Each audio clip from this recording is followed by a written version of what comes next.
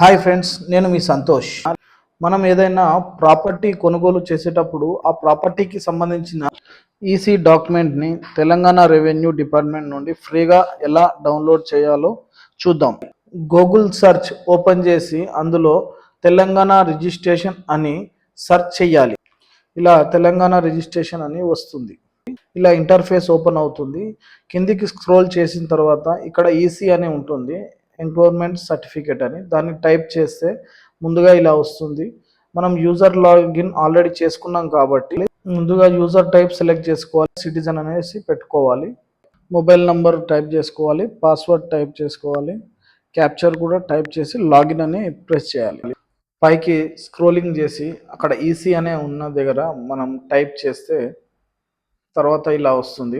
ఇలా వచ్చిన తర్వాత సబ్మిట్ కొట్టాలి. సబ్మిట్ కొట్టిన తర్వాత ఇలా వస్తుంది. అక్కడ మనము డాక్యుమెంట్స్ది సెలెక్ట్ చేసుకోవాలి. డాక్యుమెంట్ నెంబర్ అనేది టైప్ చేయాలి.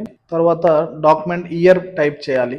ఇక్కడ రిజిస్ట్రేషన్ ఎక్కడ చేయించామో అనేది టైప్ చేయాలి. ఎగ్జాంపుల్ నేను నారపల్లి అని టైప్ చేస్తున్నాను. ఇక్కడ సబ్మిట్ అవుతాలి.